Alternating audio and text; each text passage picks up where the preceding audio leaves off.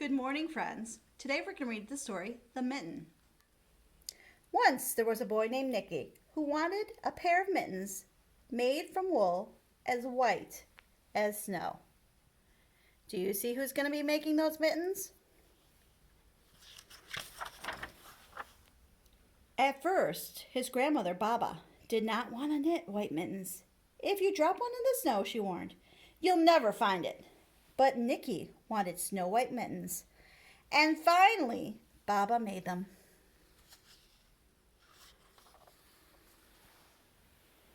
After she finished, she said, when you come home, first I will look to see if you are safe and sound. Then I will see if you still have your snow white mittens. So off went Nicky, and it wasn't long before one of his new mittens dropped in the snow and was left behind. You're going to be looking on this side of the page, and we'll give you a clue to what animal comes next. A mole, tired from tunneling all day, discovered the mitten, and he burrowed inside. It was cozy and warm and just the right size, so he decided to stay.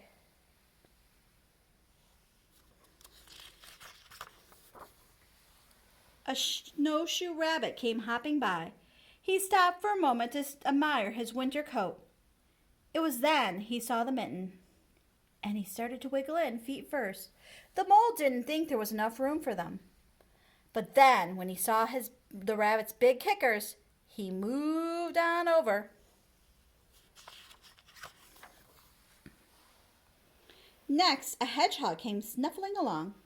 Having spent the day looking under wet leaves for delicious things to eat, he decided to move into the mitten and warm himself. The mole and the rabbit were bumped and jostled, but not being ones to argue with someone covered with prickles, they made some room.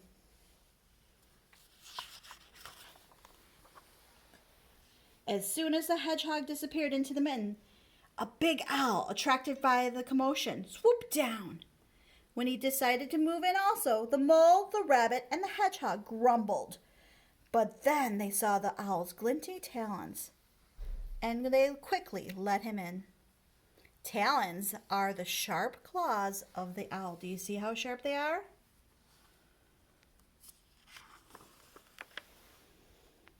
Up through the snow peered a badger. He eyed the mitten and began to climb in. The mole, the rabbit, the hedgehog, and the owl were not pleased at all. There was no room left, but when they saw his diggers, they gave him the thumb.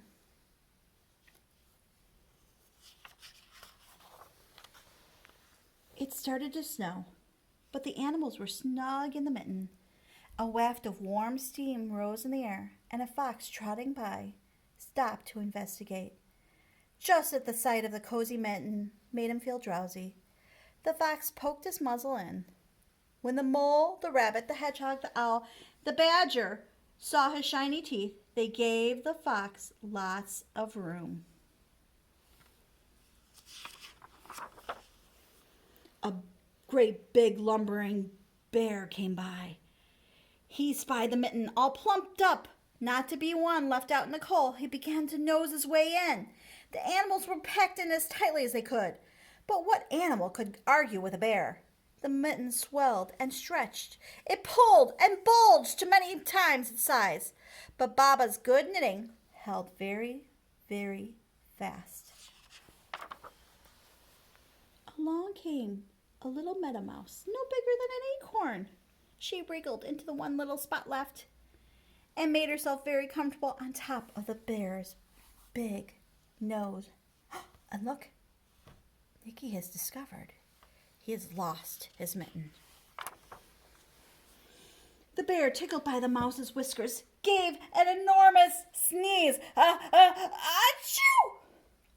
The force of the sneeze shot the mitten up into the sky and scattered all the animals in every direction. On his way home, Nicky saw a white shape in the distance. It was his lost mitten. It was silhouetted against the sky.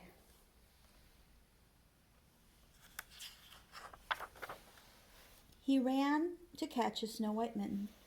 He saw Baba's face in the window. First, she looked to see if he was safe and sound, and then to make sure he still had his new mittens.